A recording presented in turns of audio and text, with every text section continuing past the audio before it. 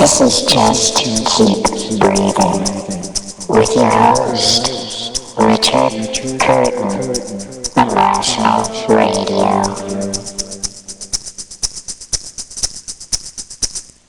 Good afternoon. Good afternoon. Damn it. Wow. All kinds of problems today. Hello, everybody. Good afternoon and welcome to Just Keep Breathing. We are starting a little late. All kinds of technical problems today. All kinds of technical problems. It is November 16th. It's 1 week before Thanksgiving. And I am horrified that it's almost Thanksgiving. I don't know about you, but I'm not ready for it. And I'm not planning to do anything. I'm not going to cook. I'm not going to do anything this year for Thanksgiving. So, just keep breathing. We've just gotten started. We're starting a little late with all kinds of little technical problems today. Welcome to RationalBroadcasting.com. I am your host, Richard Curtin. My in-studio guest today, Daniel Kussner. Howdy. I don't think the world wanted this show today. They do. They don't. The world doesn't even know what it wants. The world doesn't know what it wants. For a while, it wanted 8 years of George W. Bush. Well, and I think it got 8 years of George W. Bush. And it didn't even know that it wanted it. But it got it anyway. There you go. That's just like Just Keep Breathing. They don't even know what they're gonna get. They don't even know they want it. Do you remember when Dan Quayle used to be the vice president? The apex of underperforming politicians? Yes, I do. Potato. Yeah, and now looking back at Mr. Quayle's participation in administration, what were we getting all worked up for? What happened to him? Almost nothing. I mean, he really just went into obscurity, didn't he? He did. I did read his very unmemorable vice presidency book, but the thing that makes him most forgettable was... did you read it or did you listen to it? I listened to it. I wanted to know because who actually read that? I did. No. Oh, actually, who actually read the book for the audio? Who did the audio read? Oh, he did. Oh, he did. Yes. Okay. Yeah.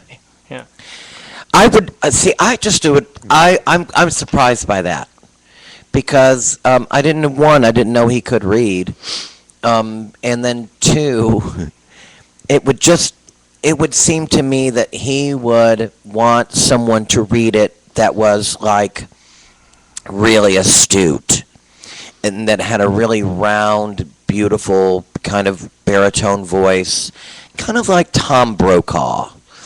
Someone that would actually make his words sound smart. Well, because he's basically a civil servant, I kind of think that's when they would bring in, if they were doing an audio book, that's when they wouldn't bring in somebody else. You're going to do your own work, at least on that level. But what I was saying was, what made his... I don't think I could listen to him for 3 hours. I honestly, I can't remember much. How long was the book? Like, was it like 6 hours of read? No, it was a thin volume. He didn't have that much to say. And he didn't have that much to accomplish. Well, you can say that about Joe Biden, too. The vice presidency is a... Yeah, but you know what? If you made a book of all of his, gaffes. Okay, that's a good word. I was thinking expletives, but I knew that was wrong. I think it would be kind of a comic read, especially if somebody else wrote it about the gaffes. Yeah. But one thing that made why he doesn't register that highly, other than these punchlines, I went to the George Bush Senior Library in College Station, and Dan Graff got a one-sentence mention in the entire museum, and the museum is enormous. So there was not much to say about Dan it. Graff? Did I say Dan Quayle? Okay, I was like, What did I- Dan Graff? Why What would did he I even be say? mentioned? Whose name did I say? That's a good friend of mine's name. Dan Dan Quayle Quayle got one mention for one sentence. in the entire museum. You're Yeah. kidding. Yeah, no.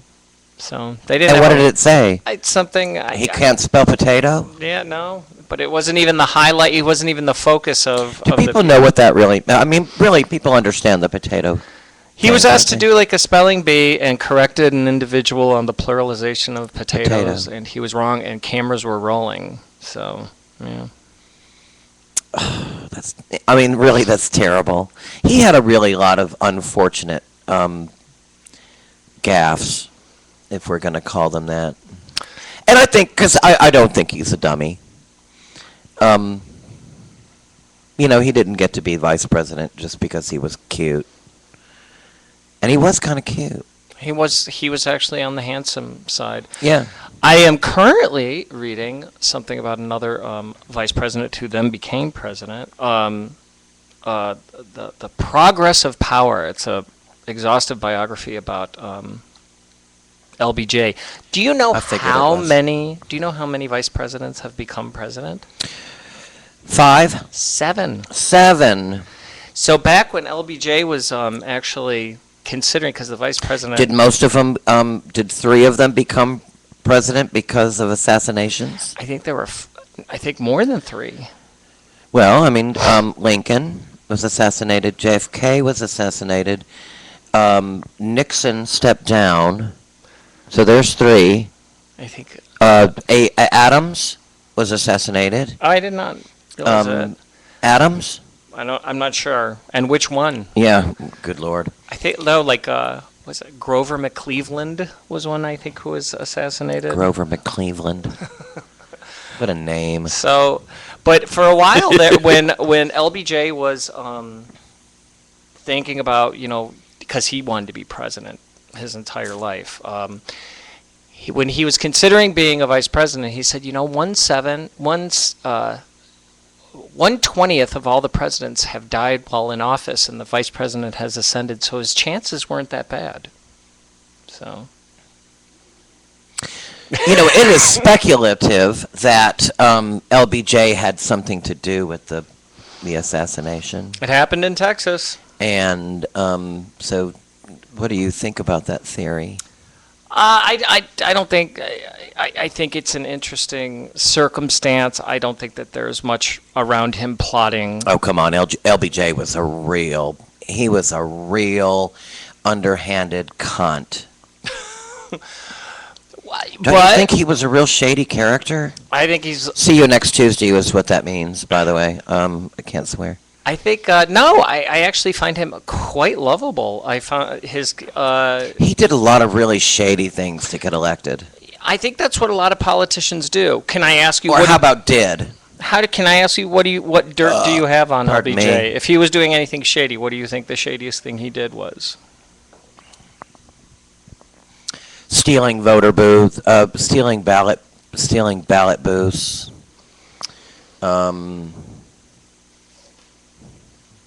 I think it was all pre-vice presidency. It was all to become in power in Texas. Yeah. This is one thing. Voter fraud, I think, is the biggest one that he's done, and I think that he became an expert at it. Okay, yeah, I would say I didn't really come across sort of evidence of that, and this is not a lovable biography of him. This is one that he was met with a lot of frustrations for somebody who wanted to be president so badly. But that was if there's any dirt on him, it was probably how he became a millionaire as a civil servant who was probably making about $30,000 a year ever since his entire career. I mean, how did a guy like that make that much money? Do you know Lady Bird owns like about 7 broadcasting stations? Did you know that? No. Like, do you know KLBJ? That was owned by Lady Bird. So that was one way that they made a lot of money. They did a lot of in-kind things where they wouldn't be bribed necessarily with money, but they would be bribed with, farm equipment or livestock or something like that. So how did he become a millionaire? Through bribery? I will tell you that there was an investigation probably going on. His hands are clean. I think the Johnsons had money, and a lot of it was earned under the name of Lady Bird. But I will tell you that the investigation was halted because someone was testifying the morning that Kennedy was shot in Dallas, and when he ascended to become the presidency, that investigation halted. See? Well, it was because it wasn't. I don't think he had the president killed because of this investigation was going on. I do. But one of the lovable things I found out was that trip, which happened right now, they were doing their Texas tour. It was right around the 20th of November. They started the Kennedys started their Texas trip while visiting the Johnson Ranch, and Lady Bird was fraught with worry because she was so used to bringing guests in that in the house through the servant door, like the laundry room doors. So whatever happens when I bring Jackie in, please don't. She just always would forget. Whenever she would enter the house, it would be through the laundry room, and then through the kitchen, and she was so worried that that's where she would bring Jackie, into the house instead of through the front entrance. But there were other things that she was really worried. That's sweet. It is, with the kitchen notes scribbled on the bulletin board in the kitchen and stuff like that. So. That's sweet. And I think the greatest thing about LBJ is Lady Bird. Yeah, I do. I think that, and I think her legacy certainly outshines his work. Have you ever been to the Wildflower? It's not a museum. It's a wildflower. Blah blah blah blah blah. Center. I'm not coming up with it. I've been there several times, and it's really great. Where is it? It's in Austin, I think. Is it? I've never been. Yeah. And Jack and I ordered a whole bunch of seeds and stuff for the take line. For the take line? Yeah, for the area between my fence and the lake. Oh, okay. Okay. Yeah. But it didn't ever work. A lot of variables. The grass, you can't really mow, and so the year that it got really dry, I put it in the lake, and that was probably stupid. We put the on the dry land where the water used to be, thinking that maybe Oh, it okay. would wash them ashore, and Would that be the shore? yes, Okay. it All right. would. But it was the shore now, or it was sort of like a beach. It receded probably 50 feet. The lake bed, and so it became the shore, I guess. So, but I think that Lady Bird, I think her humanitarian work, I think we all have kind of a fondness for Lady Bird, and how can you not with that name? Do you think she was a lesbian? No, I don't. I don't either. I don't think she was. I don't either, but she sure was ugly.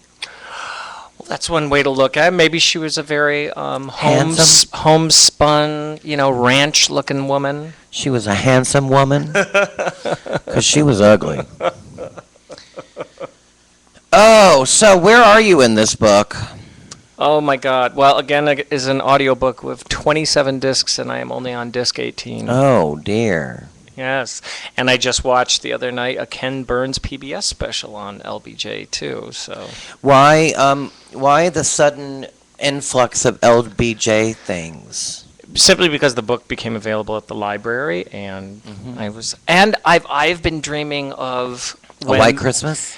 No, everybody's going to go see the Lincoln movie by Spielberg. I was about to talk about that. But I can't wait until I've been casting the LBJ movie. I want Bill Murray to play LBJ in the biopic, the Oscar-winning biopic. They've never made one. They've never made one of him. What a character to bring to life. But I have no idea who would play Bill Murray? Yes, because it'd have to be like a really even-handed comic that could then handle a great serious drama. Who would play Lady Bird? I'll hand that one to you. It would have to be someone very robust and round. You thought she was hefty? A little thick, yeah. Okay. But just I think she's more masculine than anything else. Where it's kind of like Eleanor Roosevelt was really robust and thick. Where Lady Bird probably wasn't. I don't know. I'd have to really think about it. I mean, do you think that Sally Field could pull that off?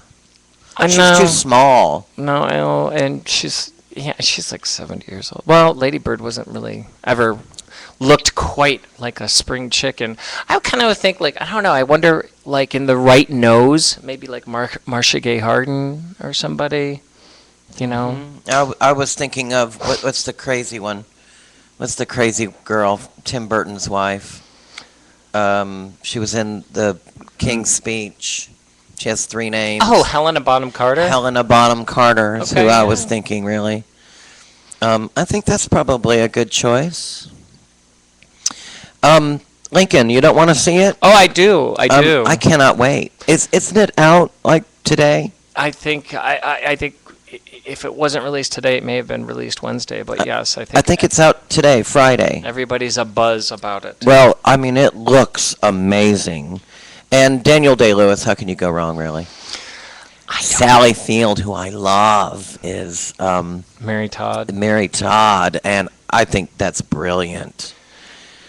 I love Sally Field. Did you know that I was in Norma Rae? No, I did not know that. I was in Norma Rae. It was filmed in Opelika, Alabama in 1970-something, and I was on the swim team. And it's in the movie, where they had a baseball, softball scene. Do you remember this? I don't remember that one specifically. And they but go on. invited, all the kids from the swim team. And, really, if you lived in Opelika, Alabama at some point, you were probably in the movie. Or were invited to somehow be an extra. Wow. Somehow. Whether it be through your church or through school. And I believe it was filmed in the summer. I'm not really remembering that, but I was in the softball scene in the on the bleachers, and I was like, I don't know, 3 seats away from Sally Field, and you can't ever see me on film, but I know exactly where I was. My brother Roger was also in it. Can you see him? No. We were all just, extras and running around and on bleachers, and but there were 3 different scenes that I did. I remember specifically the softball scene. I guess I was 10, maybe 11. And I remember looking at Sally Field going, she's so small. Wow, I Even didn't. when I was 10. I did not know. Now, first of all, you must have crapped your gay pants I did. upon hearing that you were and you were handpicked and because you were on the then- swim team. And then it was on national television as an Oscar contender. Ah, I had made it.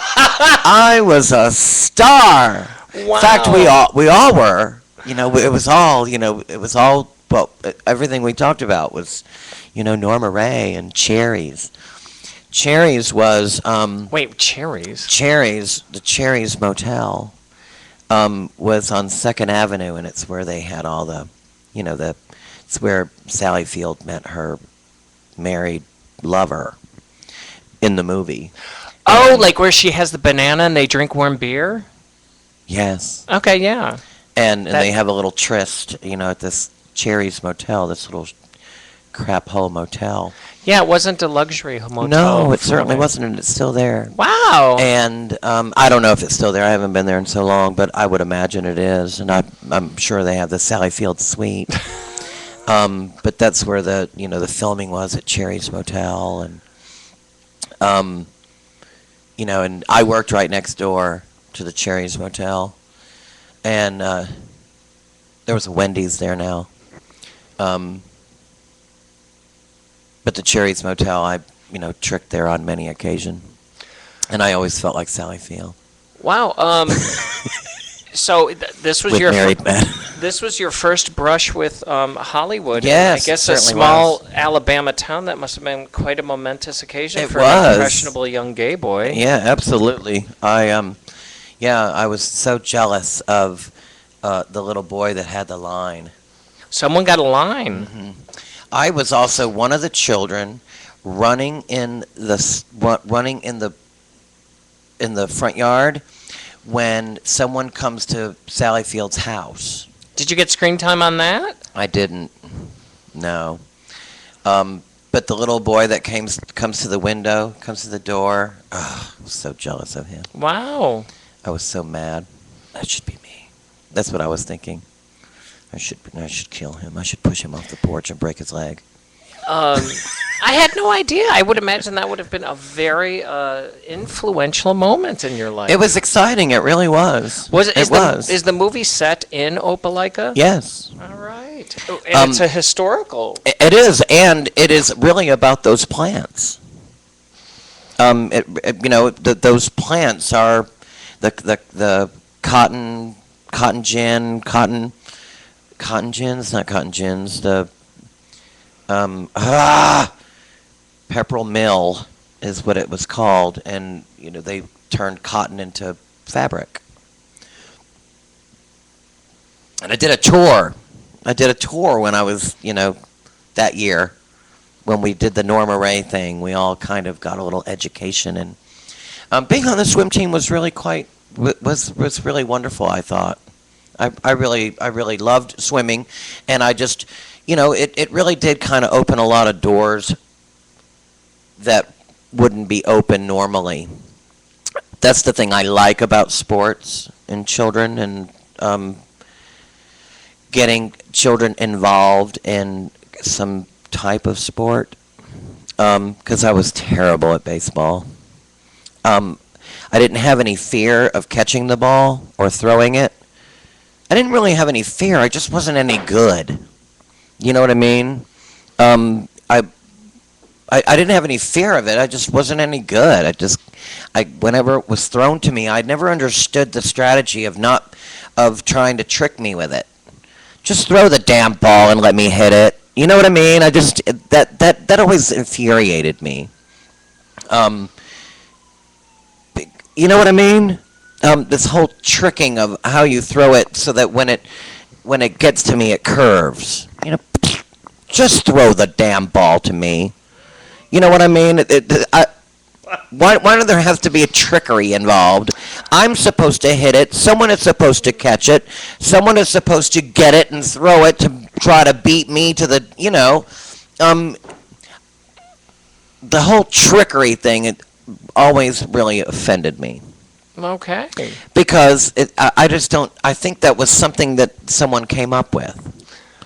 if I design my throw this way, he can't hit it.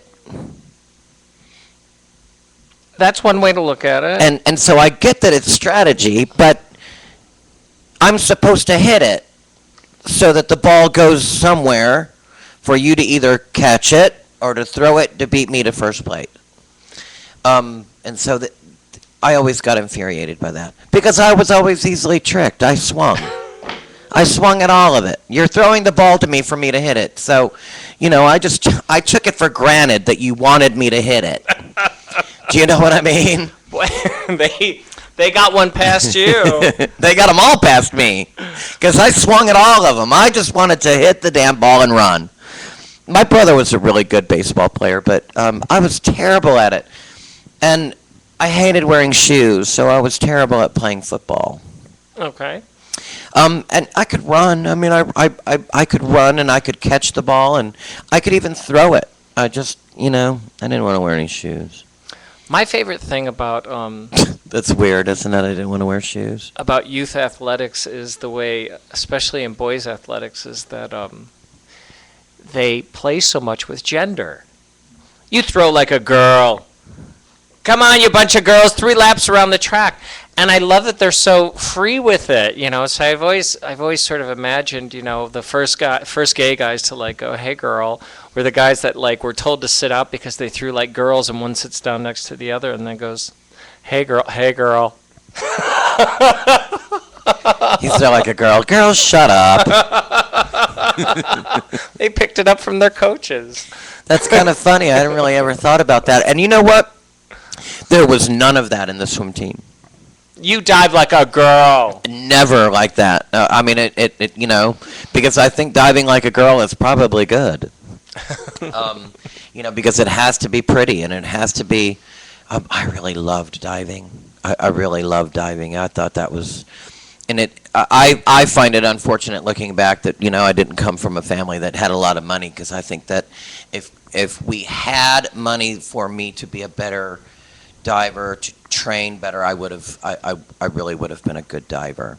Just because I had a lot of early experience with gymnastics and I was very flexible and I didn't have any fear of jumping off that high dive. Have you been able to attribute the development of a diver has given you strength in other portions of your life? I would imagine being on stage would be one. Yeah, absolutely. And I think swimming is performance.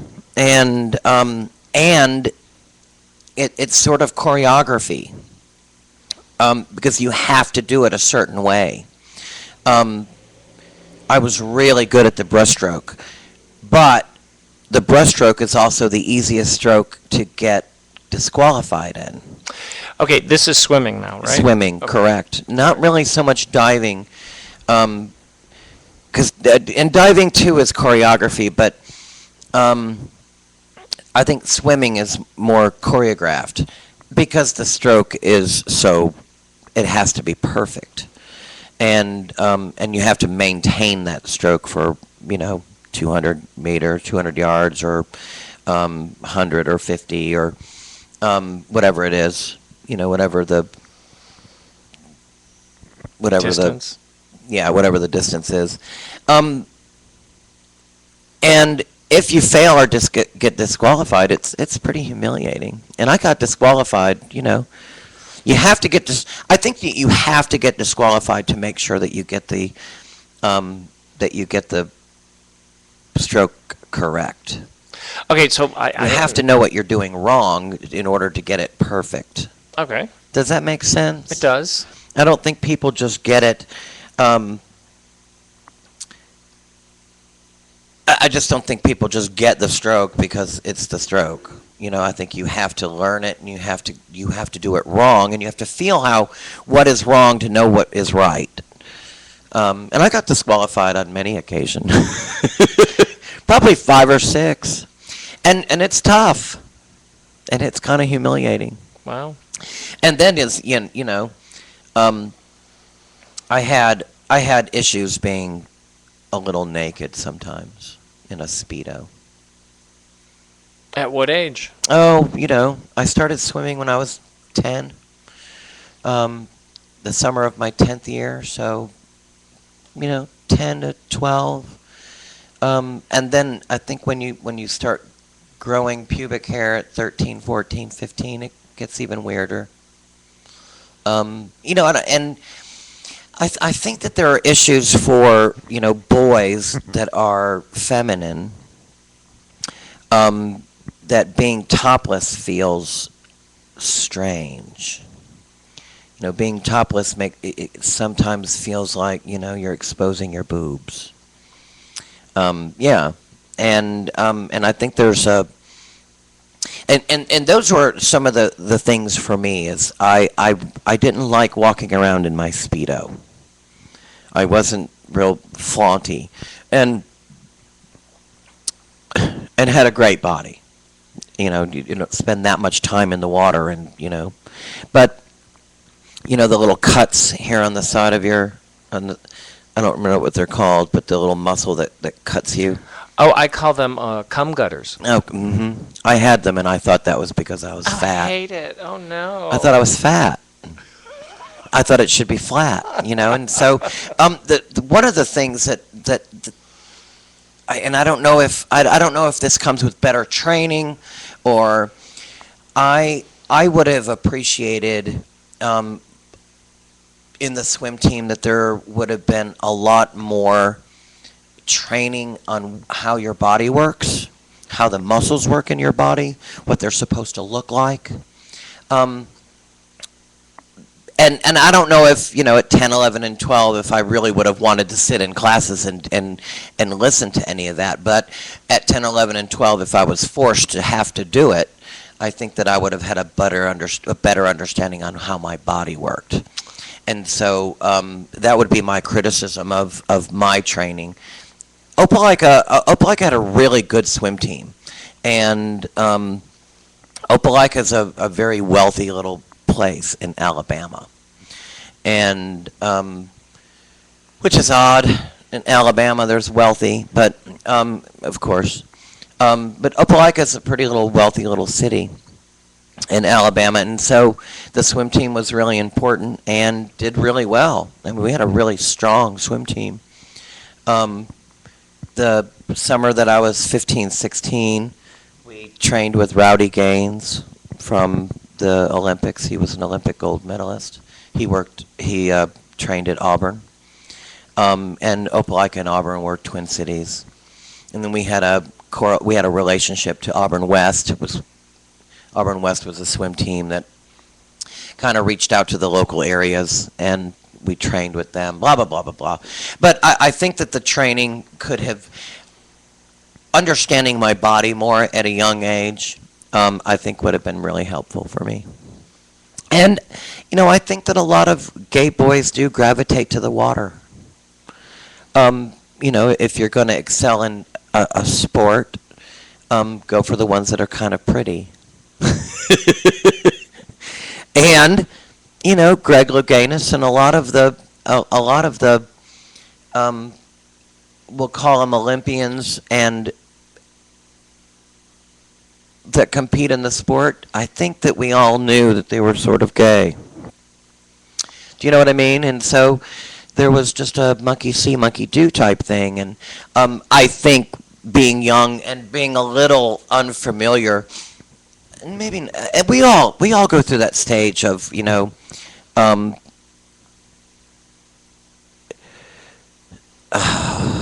self-deprecating and it's not deprecating, but when you're just not real familiar with what's going to happen to your body, what's going on with your body, and I think a general understanding of our body, and then being gay and having all these mixed messages from religion that you should pair with girls and not boys, and you know what I mean. And so at some point, I went through a period where I thought it would be easier to be a girl than to be a boy. And I didn't really have gender identity issues. I just thought it would be better. And I thought, well, if I like boys, I'm supposed to be a girl. Does that make sense? You have articulated this fascinating theory of yours, which I believe that you have even asked other gays if they felt the same way. But I don't think you're getting across the plate how fascinating it is.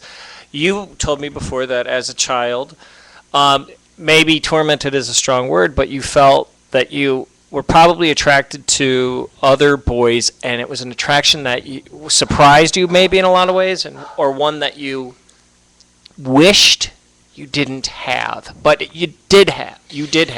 It's not so much that I wish I didn't have it, because I had it at such an early age, and I sort of understood it. But I also knew it when was I was in problematic. kindergarten, I knew at kindergarten that I was a homosexual. And I knew it.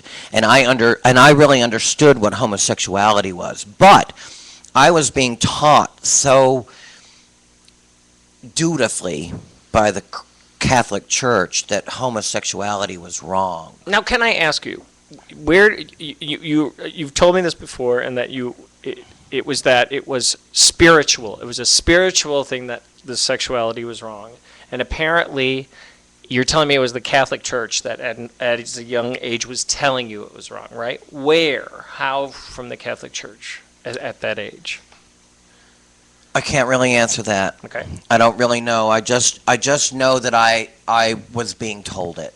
Okay. And so the fascinating part about this that I thought was And I know it was in the church. I mean, I know it was in the church, in catechism classes or whatnot, that that laying with another man was a sin. But you actually, your mind went to the fact that if I was a girl, that would be better because you would be attracted to boys. And how far along the road of that thought did you take at such a young age? I wish I was a girl.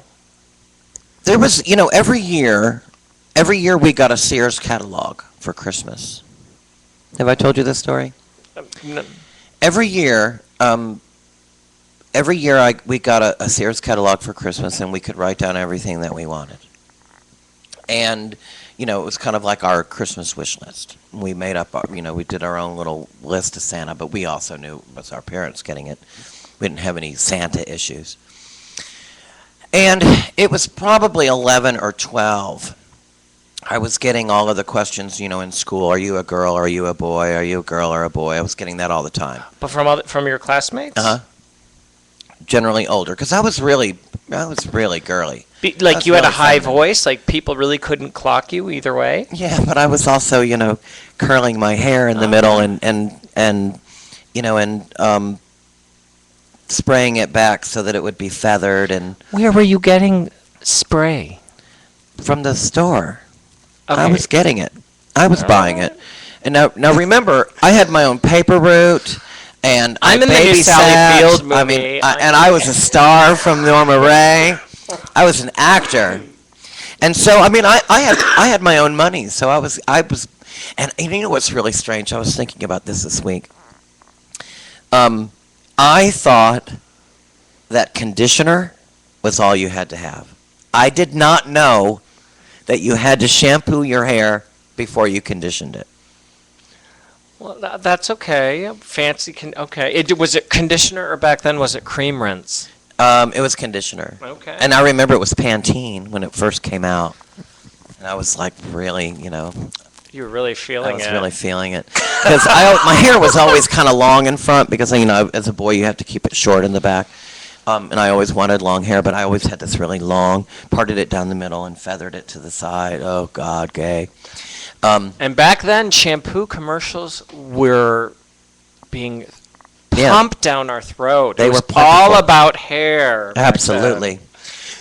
So that particular year, when I got the Sears catalog, I did 2 lists, and I did one for Richard and I did one for Susan, and because I thought that if I prayed enough that God, if God really didn't want me to be gay, that I would wake up one morning as a girl.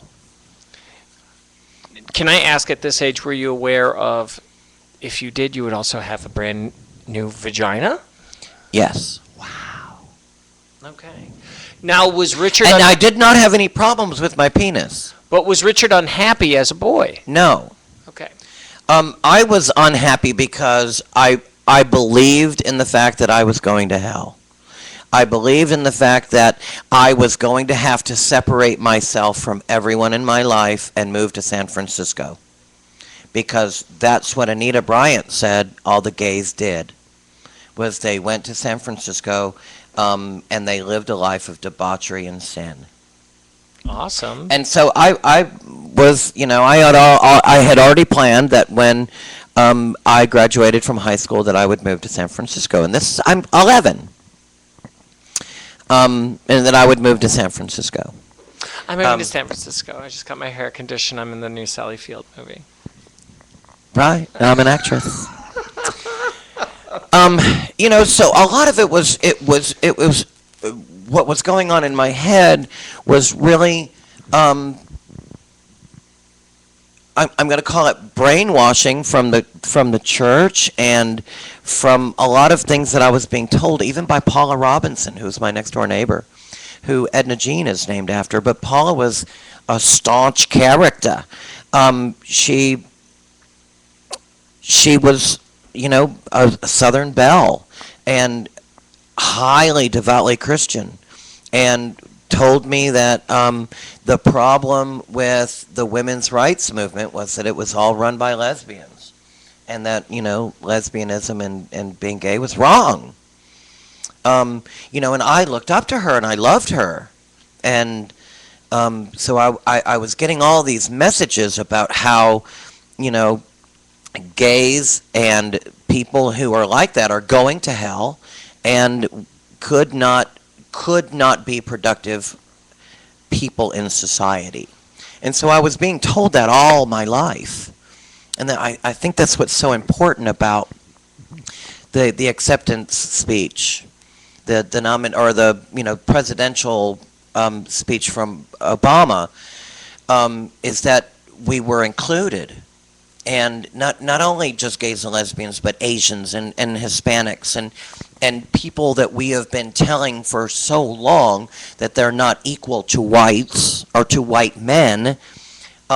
He said, "You're important, you're valuable, I appreciate your vote, and I need you to all get involved." And so it was really the first time that I didn't feel left out, and I didn't feel persecuted or prosecuted. I was included. We were included, and it's a long time coming for me. And at a very young age, I was being told that I wasn't worthy. That weren't so much pointing a finger at me, but I knew I was a homosexual when I was 5, and so my entire life, I was told that I was going to hell and that I wasn't worthy and I wouldn't be productive, and there wasn't anything I could do about it except move to San Francisco and live a life of debauchery and sin.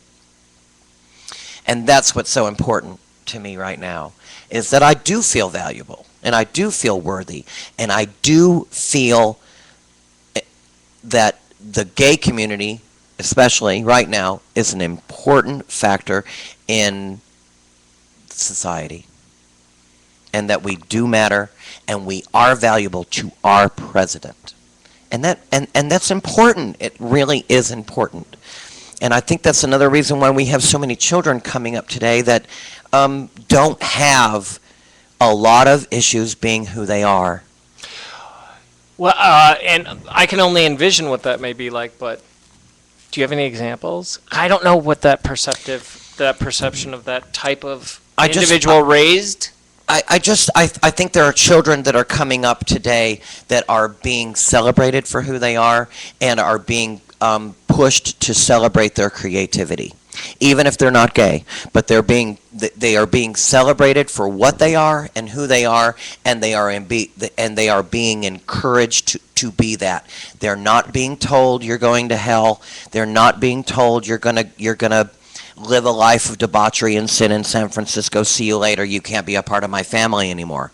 I think that still happens, but I think the instances of it are smaller and smaller and smaller, and they're dwindling.